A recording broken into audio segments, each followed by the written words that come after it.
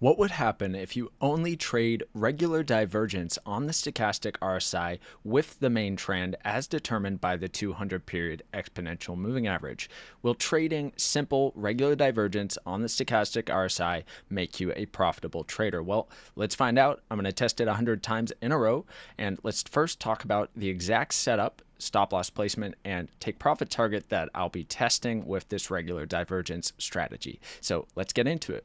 Now, a quick plug for my Patreon page and my affiliate links in the description down below. Please consider checking those out if interested. Now, let's talk about the strategy here and what indicators will be used. So first, we have a 200 period exponential moving average, and this is going to be acting as a trend direction indicator. So when price is below the 200 period EMA, then I will only be looking for regular bearish divergence on the stochastic RSI. I will only be entering short positions if price is below the 200 EMA.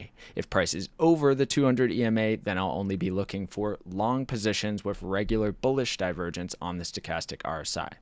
Now next, I have a stop loss indicator here, and the settings are set to default. I'll show you which indicator I'm actually using. If we type in stop loss, it's called stop loss indicator, ATR, stop loss indicator, by Edgar_Tran_TR ... So that's the one I'll be using for the stop loss placement. And then we have the standard stochastic RSI with default settings as determined by TradingView defaults. Okay. So now let's talk about the exact rules, stop loss placement, and take profit target, and then we'll just go over a couple setups before getting into the 100 tested trades.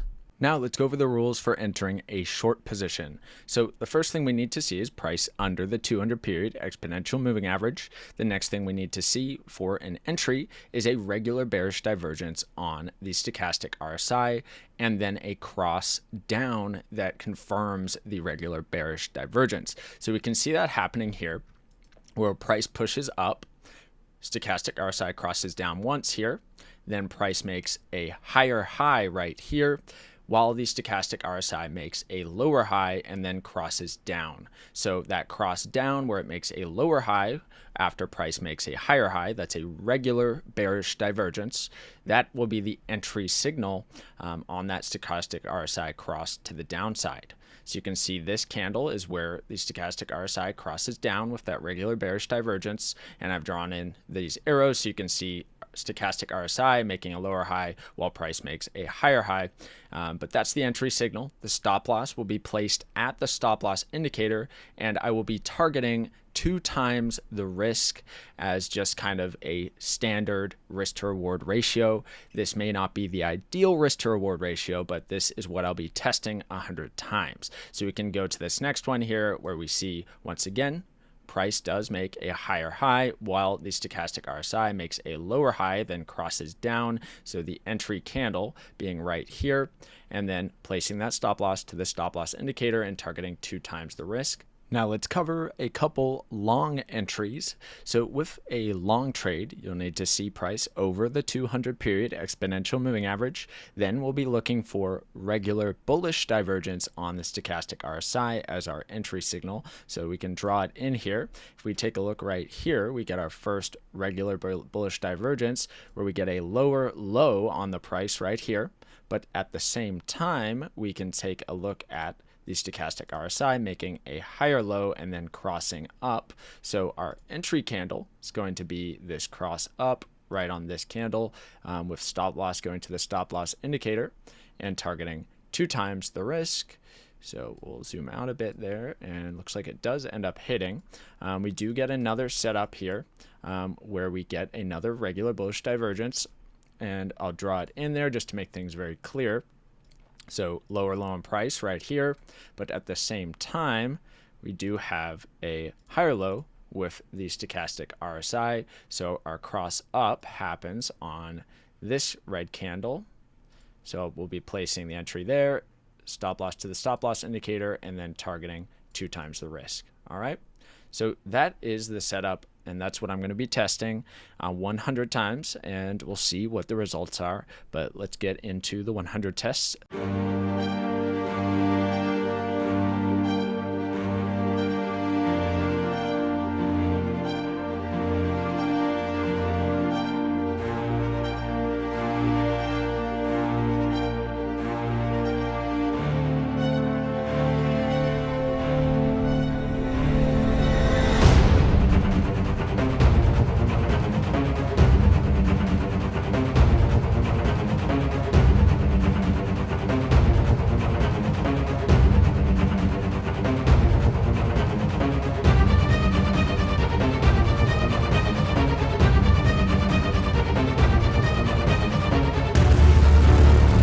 Alright, the results are in and they are very good, so let's check it out. This was tested on Bitcoin against the US dollar on a 4-hour time frame using a 1-to-2 risk to reward ratio, and it took 3 years and 8 months of price data to find those 100 trade signals. There were 51 winning trades and 49 losing trades.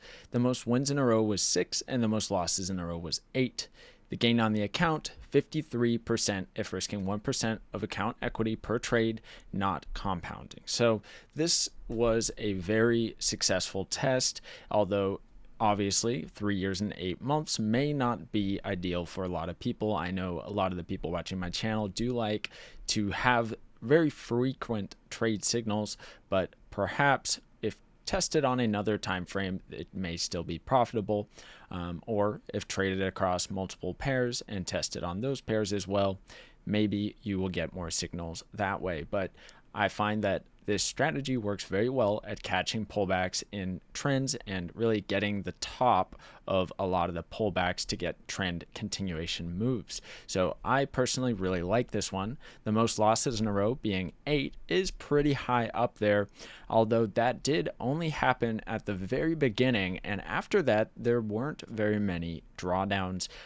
So some just, statistical anomaly with that 8 in a row being lost. It would just happen to be a very choppy range for a long period of time where things just didn't work out, as a trend following strategy will often encounter this issue.